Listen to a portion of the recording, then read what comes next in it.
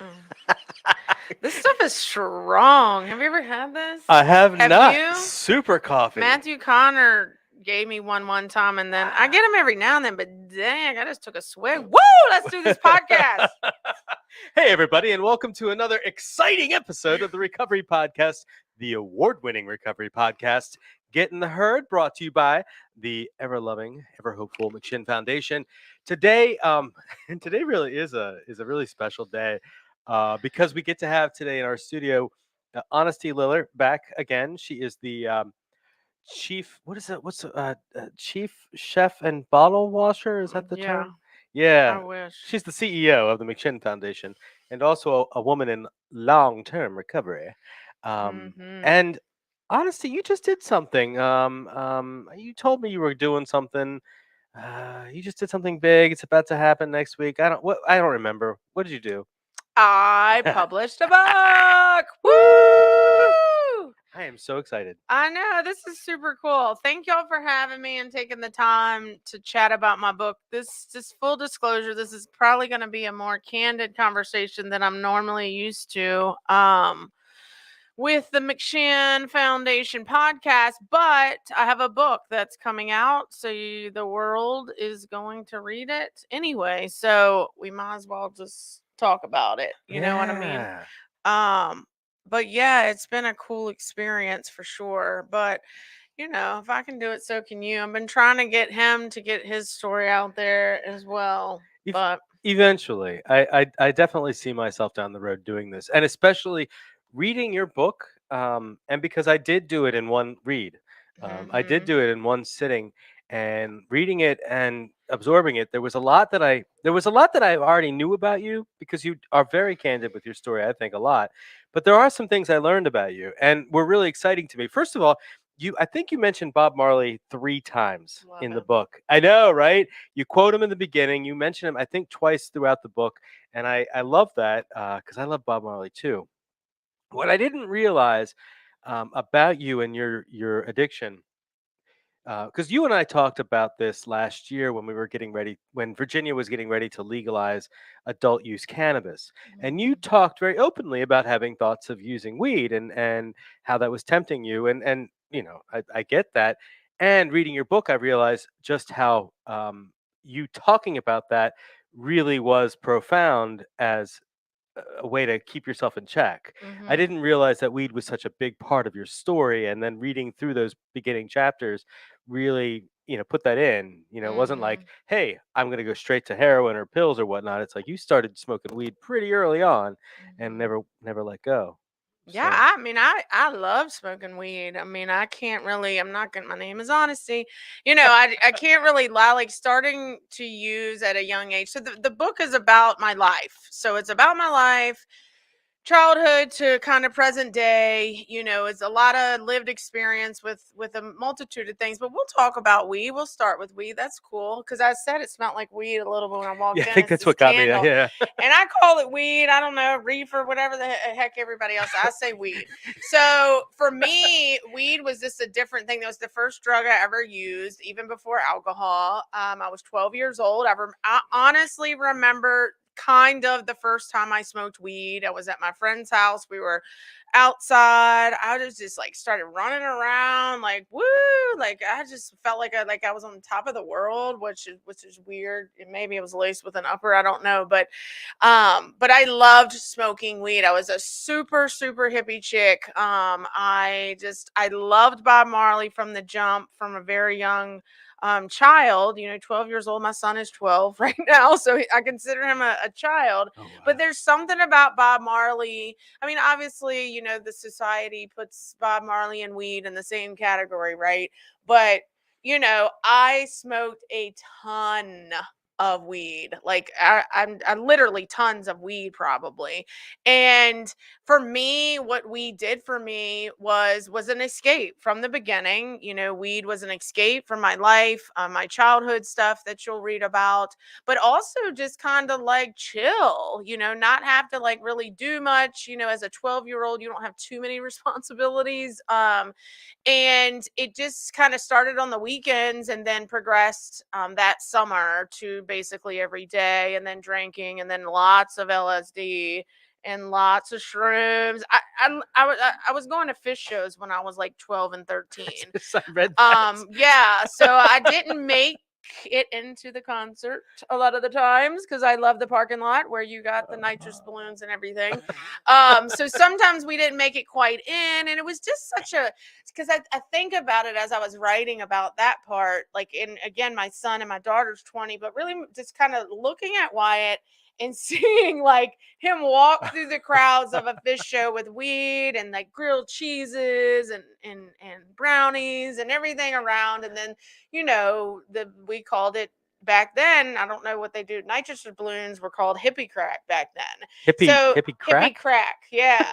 I was super hippie. I did shower for the most part, but I loved being me. It was like once I started smoking weed and doing all these other drugs, I felt like I was me, but I didn't know who me was because I was still a child. I had to grow up pretty quick. You'll read that in the book too, pretty quickly in my household. So again, like going back, reverting to Wyatt, like I just can't imagine him like, taking bong hits and like dropping acid, because there's a funny, I mean, it's not, I mean, to me, it's funny now throughout all work, and like my 13-year-old birthday. I don't know if you remember that part, but like normal Yes. 13-year-olds don't do some things in this book. And it's just like bizarre being able to like remember some of that stuff too, which is very shocking because a lot of the stuff I do remember as a child and stuff, it wasn't that pretty.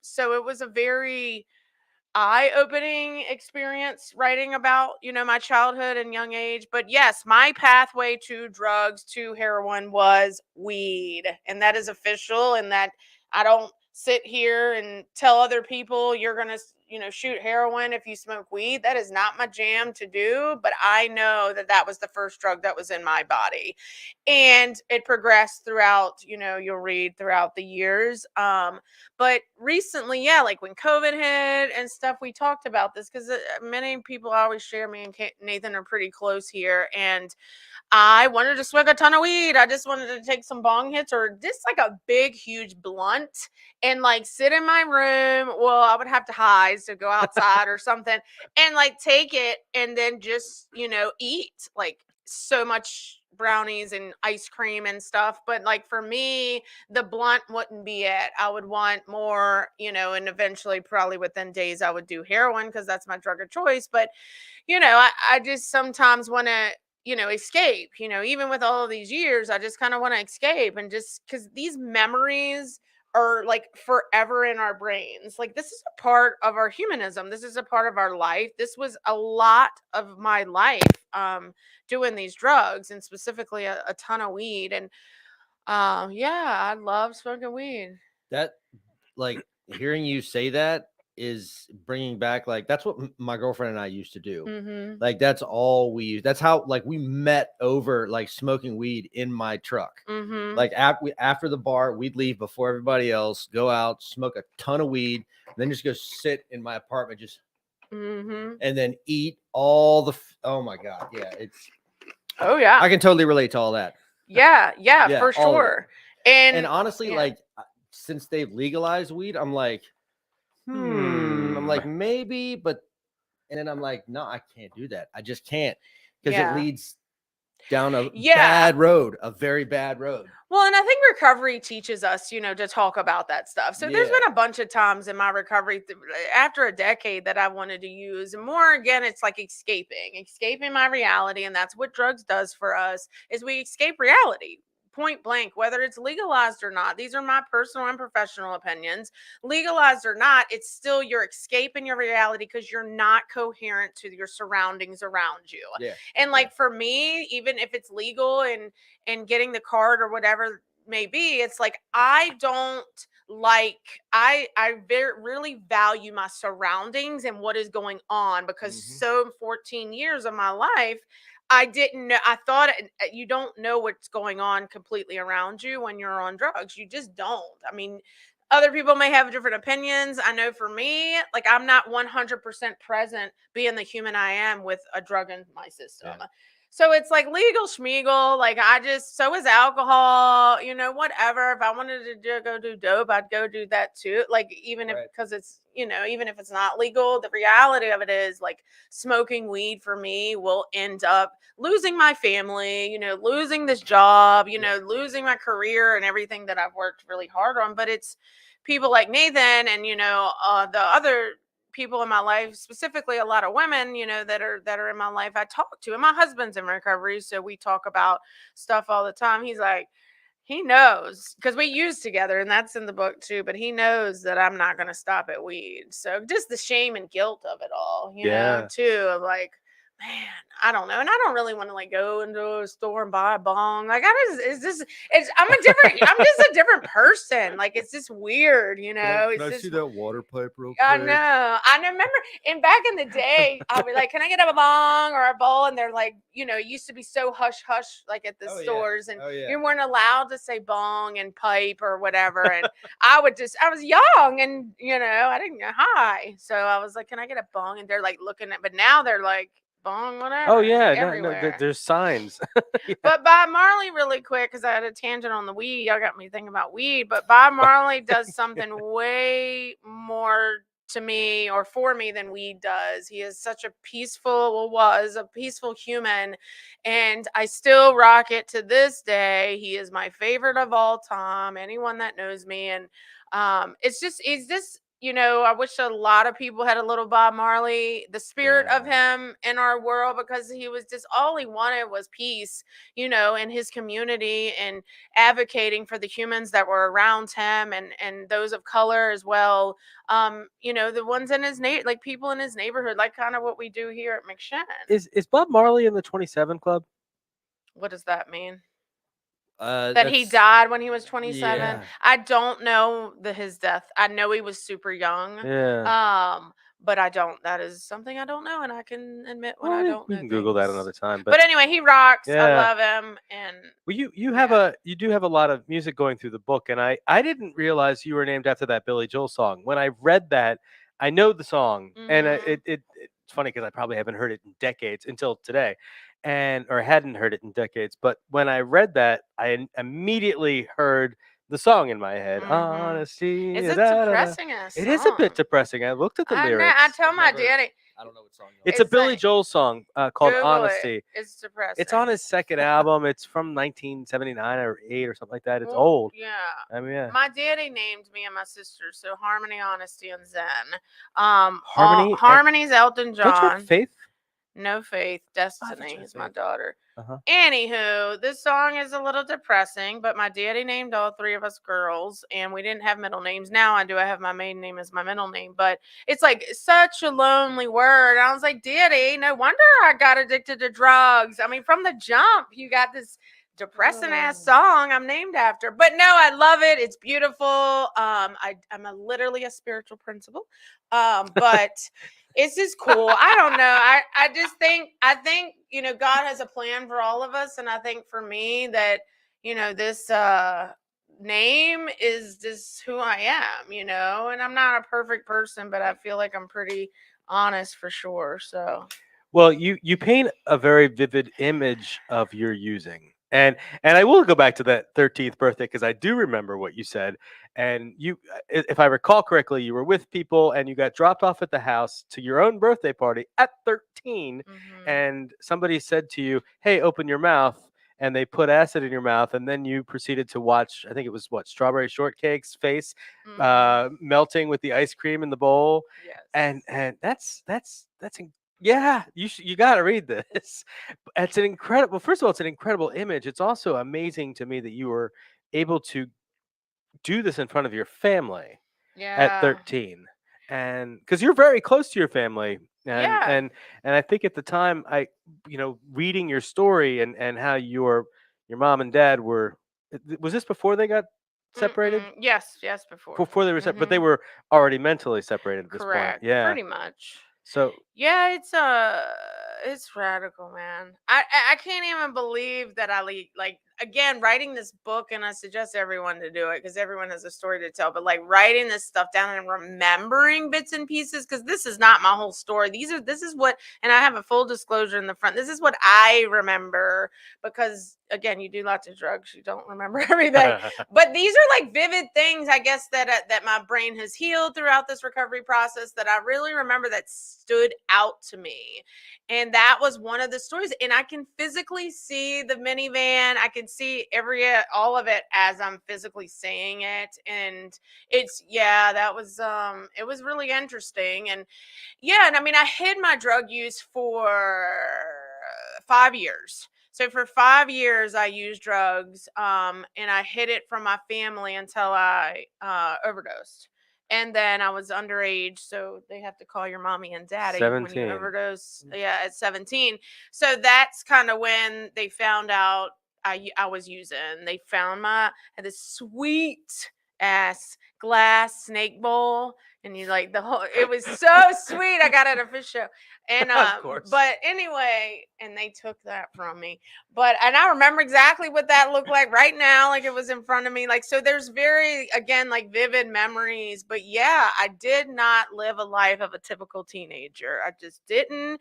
And how I got through it, I lied. Honesty is my name, but I lied even before, because there's stories of like stuff I did before I even started using. I mean, I was always a liar. Like, from a very young child, I wanted people to like me. Like, I had horrible low self-esteem, and you'll read all about that too. And I just wanted to fit in, and then I wanted my parents to like me. It was a very from the jump, a very messed up situation. So I just lied, and no one ever really, well, you see, my parents' situation, some of it in the book. So you kind of see how I could get away with what I was doing as well, by the absence and stuff like that too. So sneaking it, I was telling Destiny, because she's 20, and we were talking about something, and I tell her some of my stories, not to like, I don't know, I just do. We just have a close relationship. And I would jump out of my window at like 15. I didn't have a license or anything yet. And I would jump back in my window when my alarm clock was going up for school. While I'm with like a man that was like 22. And this could not be a rare situation. I don't know. I don't know everyone's story, but it is pretty messed up. But anyway, I snuck out, but my bedroom was in the basement at that. Well, oh man, early on. So, and we had a basement door that went right out. Like, literally, in my bedroom had a door going out of the house, and we were at the time living with my grandparents. And I like to. Oh gosh, I don't want to tell this story. Well, I probably lost my virginity feet from where I was conceived. Yeah, I know, so right? weird. Isn't that weird? Mhm. But you talk a lot about going back even younger. You talk about Dillard's, and in there, I think that was Dillard's where you Yeah. were confronted, and you Mhm. talk about I think it was a stick of gum was the first thing that you That took was like a little kid, when you were a little yeah. kid, Mhm. because it's funny, because I look at those things today, and when you were explaining that to me, and I'm sorry, when I was reading that, your explanation to me through reading, I was thinking about, I always tell people my first drug of choice was attention, Mhm. and seeking that attention, validation, because I can see it in my life. And so I was relating my story, and that my story doesn't include that specific act, but it includes a lot of Right. dishonest and Yeah. manipulative things to try to get the attention I wanted. And you Mhm. talk about the trolls and your troll collection, and telling Some your damn trolls. well, it's funny because I'm like, I don't see any trolls in your office now. Hell no. I was 12 years old. I don't want no trolls. I do like the new trolls. Actually, I love Justin Timberlake. I do like the new trolls, like the Wait, new version. what? The new trolls, the movies. You got kids. I got Wyatt. Wait, That Justin came out. Timberlake has a movie about trolls He is a troll. in a He's movie? in the movie Trolls, the new movies, like the new version. But it's been like the past 5 years, because my kids are getting older. So I just kind of live through my nieces and nephews. But yes, Trolls is a big part of my young childhood. You'll read about that, like the old version with the hair and stuff. Yeah, so I think a lot of us with addiction have these tendencies throughout our childhood and stuff. And I still to this day really don't know I can't pinpoint exactly, why I did the things I did as a child. I mean, I know I wanted attention, I wanted love, and there's a lot that happened in our household as children, so I wanted to kind of like fill certain voids too. But I think if you know me, like now it's made me be able to parent my children differently, and be a wife differently. So it's pretty cool.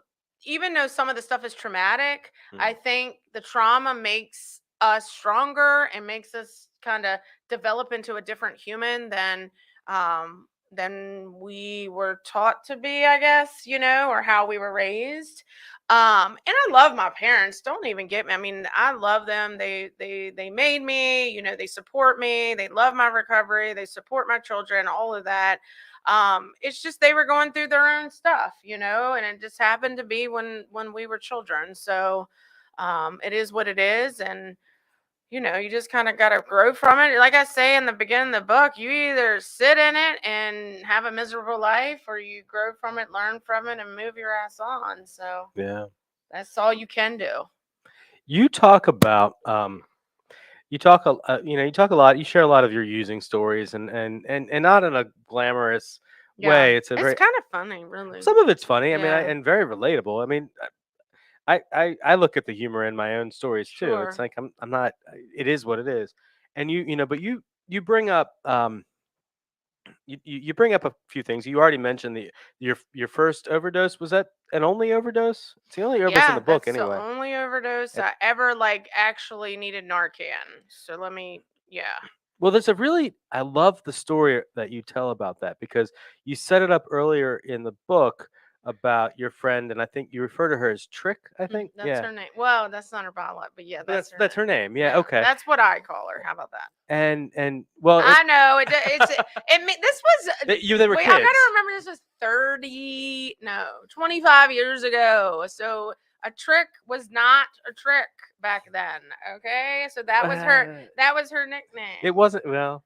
Anyway, Anyway, get it moving. but so Well, she was Got permission for her yeah. for me to put that in there. Well, and so you set it up earlier in the book. When you introduced Trick at first as I forget where you know her from, but it wasn't from the Just a using. childhood Yeah, before using. Yeah, just yeah, like one of those like rare like friends that you have sleep with, like what normal kids do. yeah.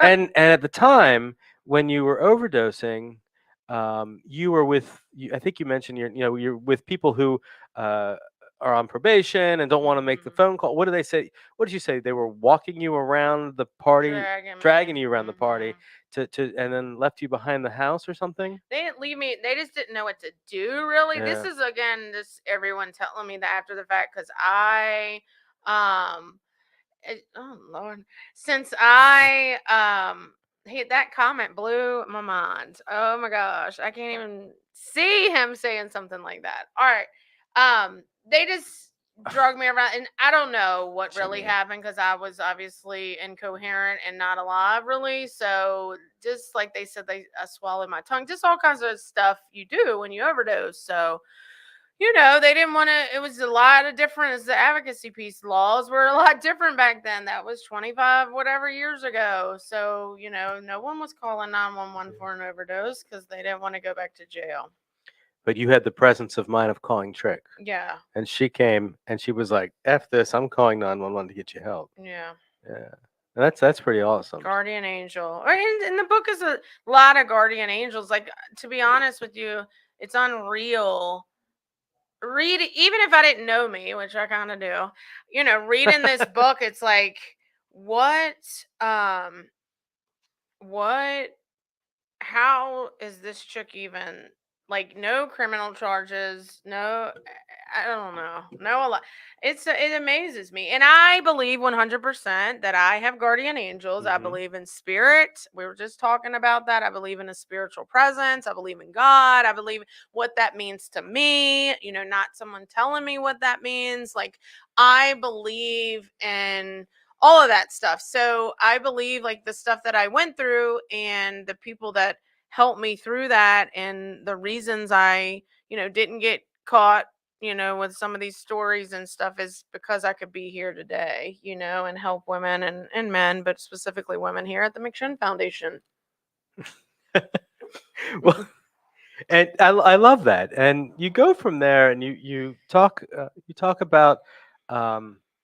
I guess I don't want to dwell too much on Stewart, but that comes up sort of next in at least in my notes here as far as conversation goes, because what I really want to get to is Winchester. Mhm. But you need to get to Stewart to get to Winchester. Mhm. So that's a pretty powerful piece in there. And I know, I'm sorry, because I know. No, Jimmy says smile more. This is traumatic stuff he's bringing up. I'm trying here. I'm pushing through. Yeah. Stewart, that's not even his real name because I'm not calling him and asking permission because I don't want to. So some of the names were changed. I mean, it's just a part of my life, It's just Yeah. a part of my story. It's a part of my daughter's life, it'll be, forever a part of our life. We don't talk about it ever because we're in a different Yeah. completely world. And I was a child, like we were children, and when we met, and it was a long, exhausting relationship, like a lot of, women go through. And it made my daughter though, and I wouldn't change anything. I mean, I don't, people ask us, I mean, I don't know if people ask y'all, but I guess people ask me, like, what do you regret? Like when I'm speaking at conferences or whatever, it's like, do you have any regrets? And I always say no. I always say no because I just feel like as a human, the things that we've been through, good, bad, ugly, pretty, beautiful, it's like makes us who we are. And as long as we're comfortable with who we are or uncomfortable, but trying to figure out why we're uncomfortable, like it just, Yeah. makes us a better human. I was just telling Donald McDonald, you know him, he Uh-huh. just did a podcast with me. Shout out to Donald, but His name is Donald Donald McDonald. McDonald had a farm. But Jimmy Brooks, go take your nap. Get out of here. Jimmy, I'm surprised you're still awake right Jeez, now. Gosh, crap. But anyway, what were we talking about? I keep reading them comments. Well, we were talking about Stewart, and Oh yes. and there's some specific trauma that happened with Stewart, and then actually there's a piece of trauma that happened before Stewart too. Oh, I've had some trauma. We'll save Yeah. that for the readers. Save it for the Yeah. But I love what you were talking about though, is the not having the regrets, and what has this? Because I like to think, what has this taught me? Who am I as a result of this? Where is this? What is this giving me? And I like that about you too. My mom has always taught me not to have regrets, not to have regrets. I'd like to think that I don't. I'm Yeah. working on that, because I think part of me in recovery is working and looking through those experiences, and getting to the point of, well, what has this taught me? What has this helped make me now? Right. And I'm still working on a lot of those things, which is why I'm not ready to write a book. Right. No, and it's Not that I'll ever get to the point where Yes, it's you 100%. will. No, Look at writing this a book little is thing. different, but yeah. But look, like it's not even about like I don't have any regrets, because are there things specifically in my recovery, to be honest with you. Like my addiction is one thing, that was drug induced, just low self-esteem, horrible just existence.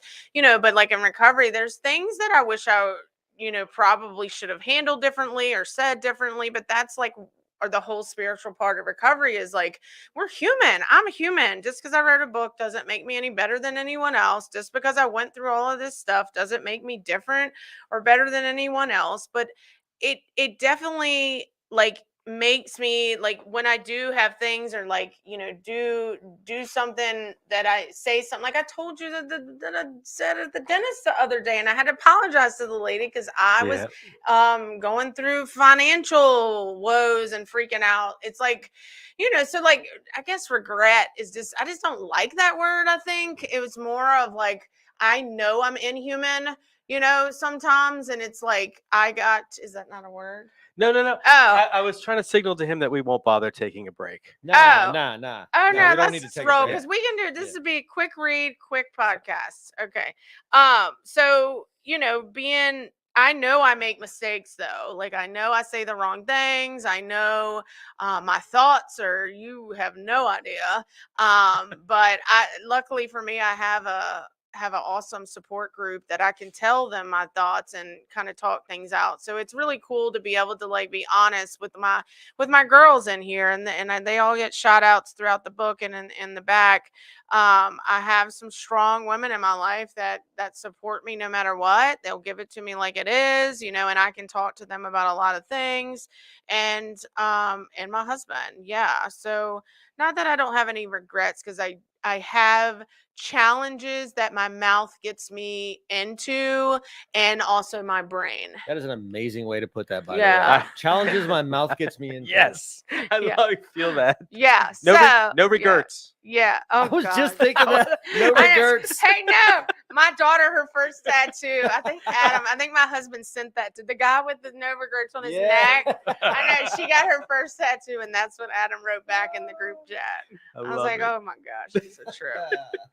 Okay, so now we're in Winchester. All right. Yep. And I, because there's something that's really funny, and I love this. How Adam first made it known that he was interested in you. Well, I don't know if that's what he was doing, but there was something he was doing. Do you know what? Playing basketball, baller. Oh no, but that's how you knew you were interested in him. No, he won't interest when he was throwing stuff at me. Yeah. Oh, hell no, he won't interested in me. He was just being a child. Well, I see, don't but know.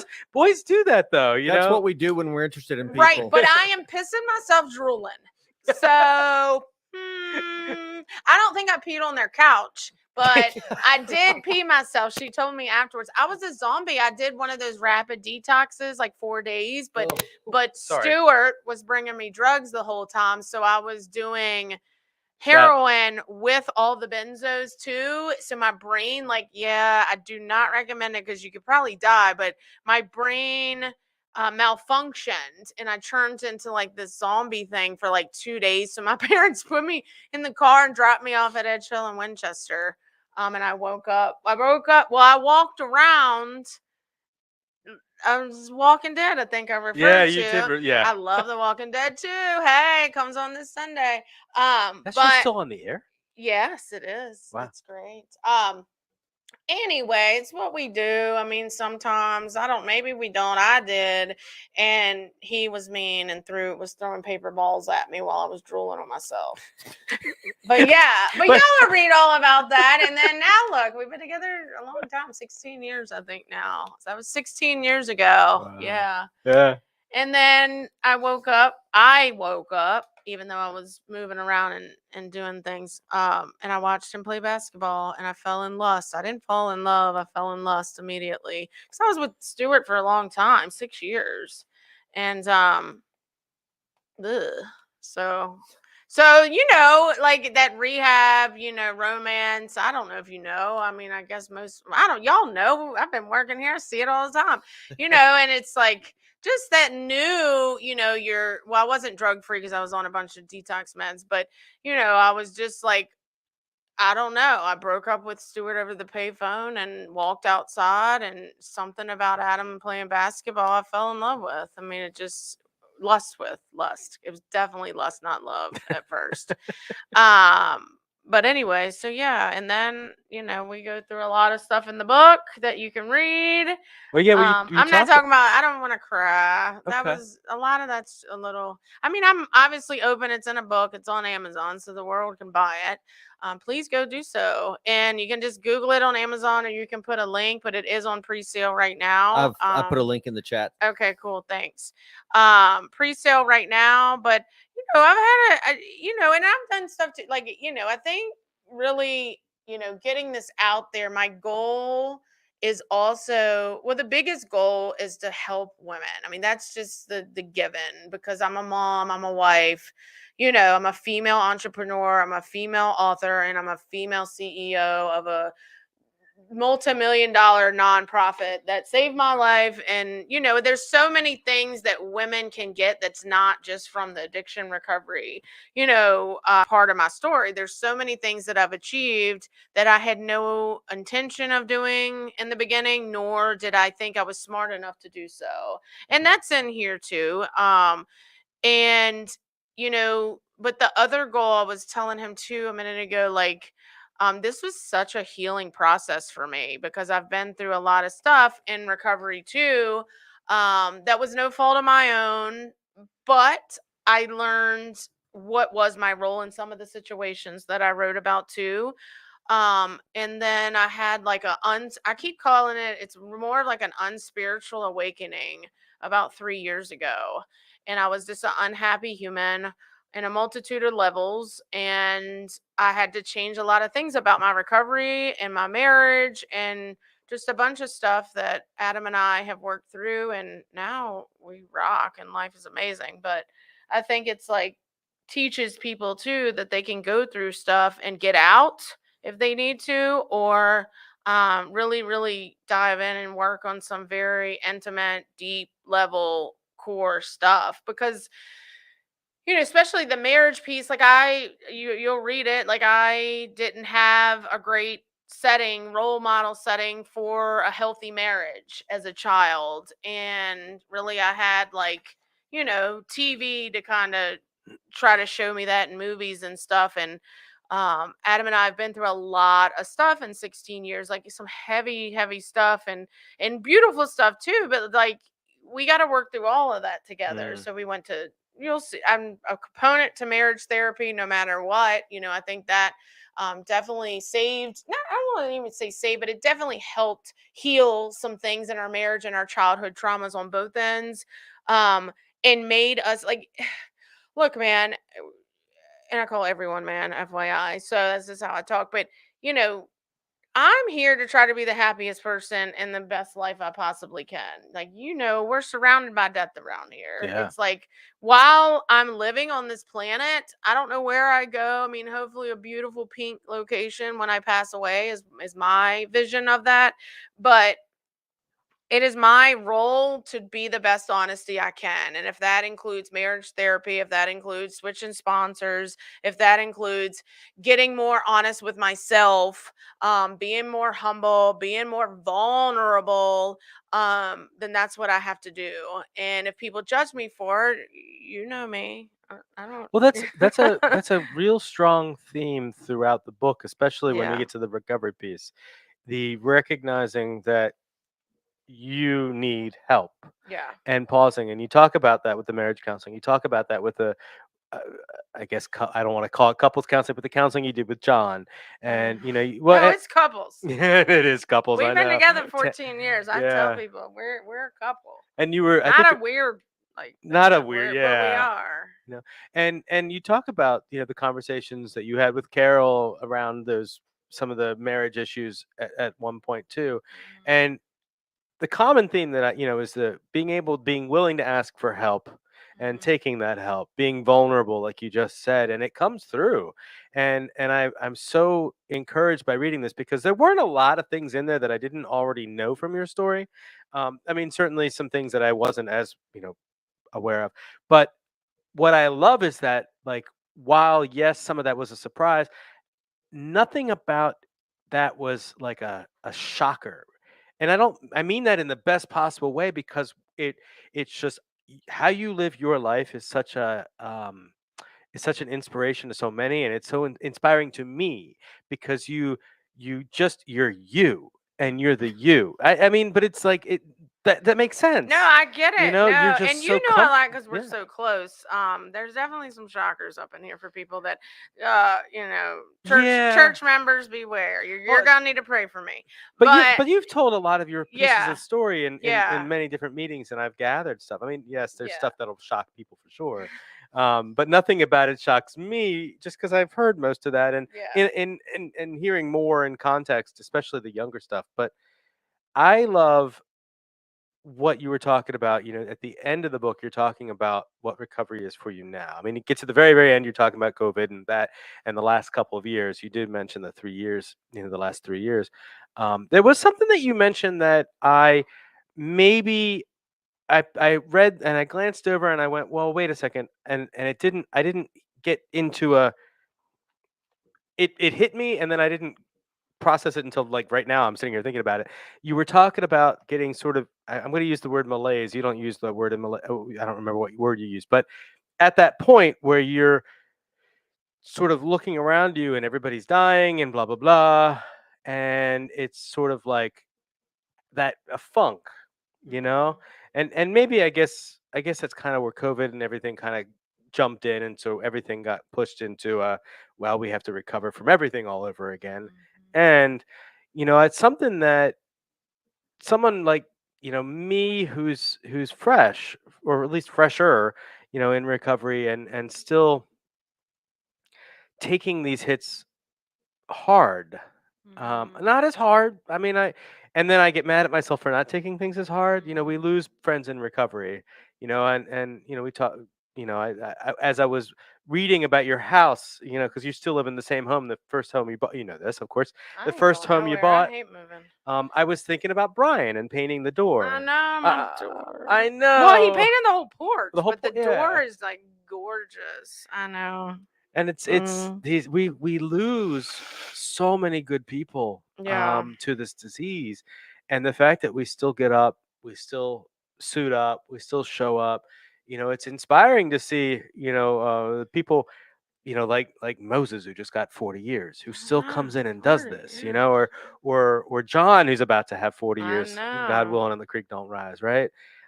You with 15 in In May. May, yeah. 15 in May. I know. That's crazy. I mean, I look 20. What is I, happening? well, People say all the time because Destiny's 20. They're like, what? Yeah.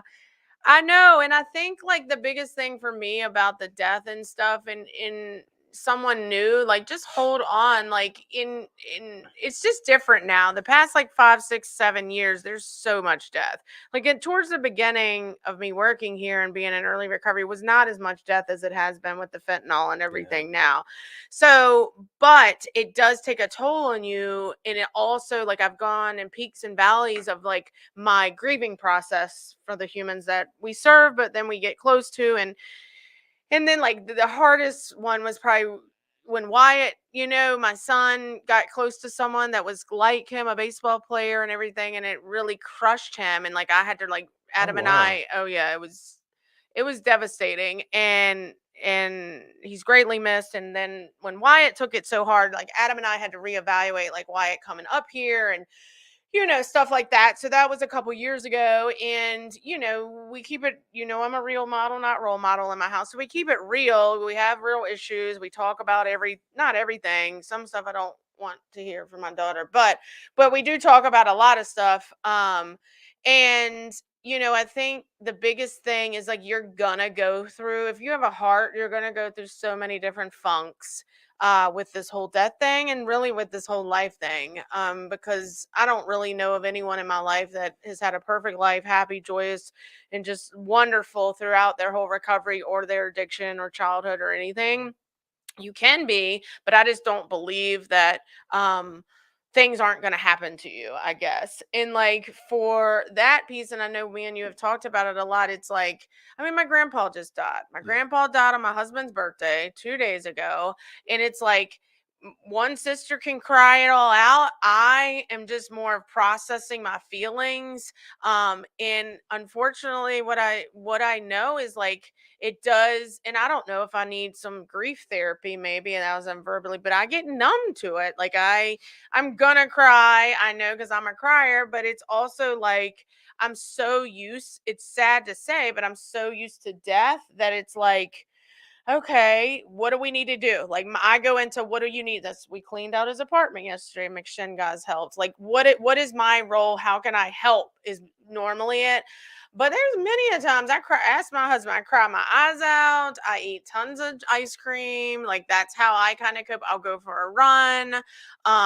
So I cope with a lot of that.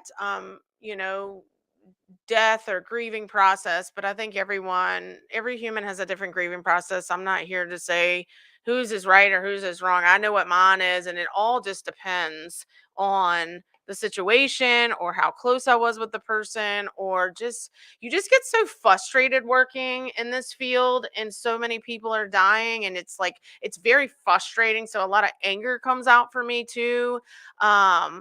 But yeah, it sucks. Someone's painting your porch, and then the next weekend they pass away, and you're like having these deep conversations, and I'm holding my dog so she doesn't, bark at him. And now I have a beautiful porch and 2 gorgeous doors, and I'm not every single day, and this is no shit, I think of him because the door is so pretty. You've seen the color of Mhm. it, and it's like you can't help but think of like the last conversation you had. He was just at my house. So anyway, I don't know. But yeah, I mean, I think, you go through different things in life as a human, not just in recovery, right? Like this is, you know, about life, like stuff that happens to you, not because I was addicted to drugs or I work in this field or I'm a woman and, stuff like that. I think it's just like every human goes through their own crap. It's like, what do you do about it when you go through it? It's like, how do you, I'm just giving tips on how I've survived many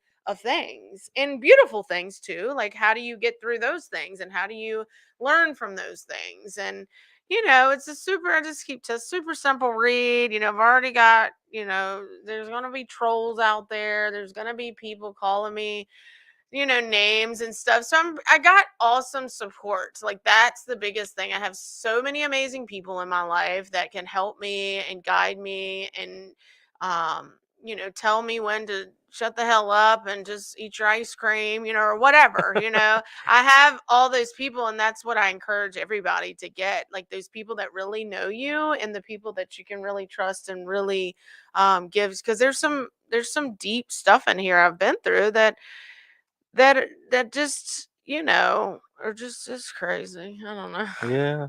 But yeah, that's about it. Look, I want to tell you something. So Nathan got me this for, I want to say, my 14 years in recovery, I maybe. think so. So it says a girl should be two things: who and what she wants. Coco Chanel. So this is my Scattered Pink book. So this is all my Oh. notes that I've kept and learned. You can't read them because my handwriting is not that great, but this is the book that I keep everything in Oh, very for my cool. future. Well, for the book's future, and I guess my future. Yeah.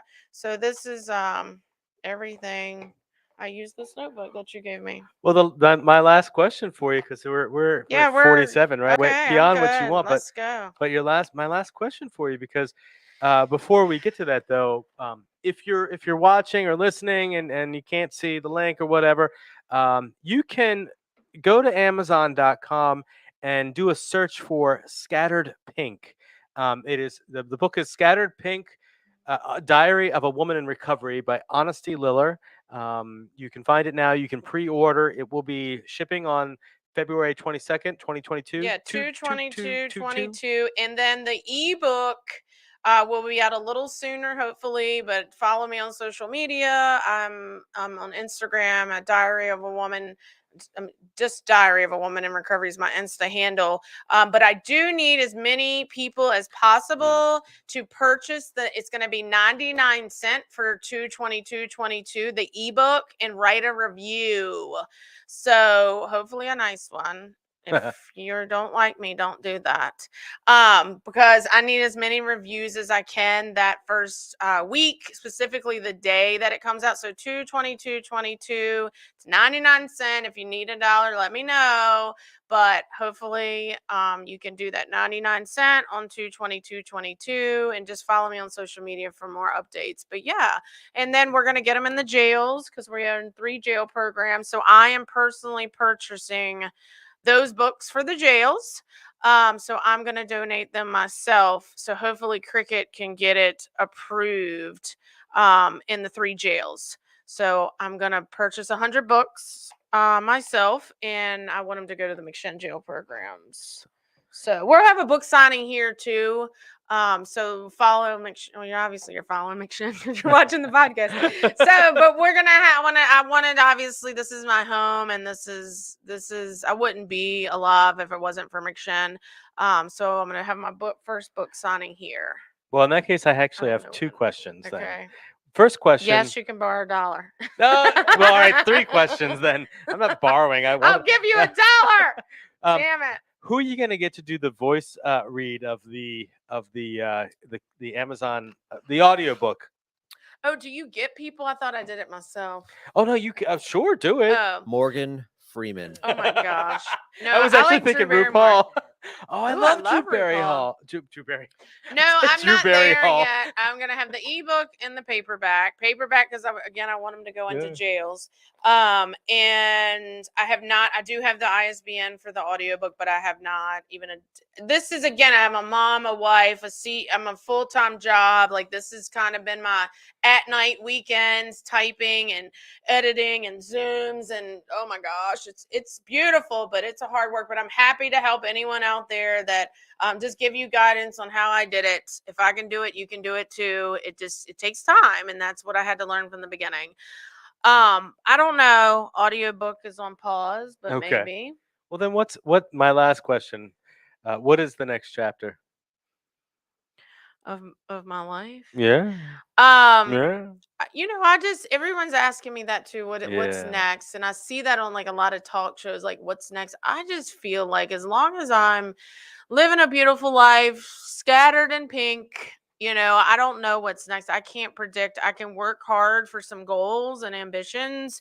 The biggest thing I'm working on right now is saving money so I can. My husband and I would like to do 2 weeks, but I want a hut on the ocean in the water, one of those huts. Yeah, it's been Ooh. I don't do bucket lists. I do Well, like out in Bali or something? Yep, one of those. So if anyone has a hookup, let me know because that's one of my biggest goals I want to do for sure. But I don't know. I kind of want to do a children's book. That's kind of in my mind for like kids, like my daughter was with my mom and I love that. for kids that their parents are incarcerated or kids that their parents are in treatment or their parents are using and not in their life, like just to let the kid know it's not their fault. Yeah. So that's what I want to just do, a cute little, helpful children's book. If I do that again, we'll see. I'm just living in the moment right now, seeing where this goes. And yeah. Hashtag send honesty to Bali. Yes. With that, is there anything that And I'm not taking my computer. Oh, there you go. I'm taking it to Florida. Take your notebook because though. I had to change my dates because of my grandpa's, so I do have to work on my I responded to vacation. them, didn't I? To who? To the Florida people? That's a totally separate conversation. I don't know. Totally squirrel right there. Is there anything we didn't discuss that you want to share? No, we did enough. Thank you. I love the book. I love you. Thanks. I'm so excited about this. Yes, it's super cool, and yep, just live your best life, no matter what, And if you need help, find the McShin Foundation and check out the book. I'd be greatly appreciative, and I hope you can get something out of it. Every little thing gonna be all right.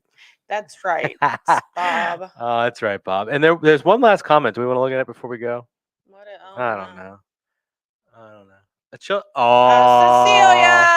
Yeah. Cecilia, you're going to have to pray for me, girl, up in this book. You'll see. Well, with that, everybody, thank you so much for tuning in. We will see you next Tuesday. Testify Tuesday? No, Testify Tuesday we just had. Oh, you don't do it every Tuesday? No. It's the third Tuesday. Totally Tuesday? Next Tuesday, actually, Darian's coming in. He's gonna be the host that day, and he's bringing a guest. So it's I'm not really sure. Yeah, it's gonna be a surprise. I won't be here because I'll be doing Recovery Leadership Academy, and then next Thursday, I haven't even told Justin yet this, and I haven't told you this, but we have Joshua Della Rosa coming in. He'll be online. Joshua Della Rosa is a police officer in Boston who is featured in Greg Williams' movie, tipping the pain scale. Yeah, so I'm excited. He's super cool. He's too. super cool. Him at the event. He is super cool, and, and Justin's putting up there now. So, hey, thank you again, everybody, for tuning in. Have a great weekend ahead. We will see you back next week for more Get in the Herd. Bye. Bye.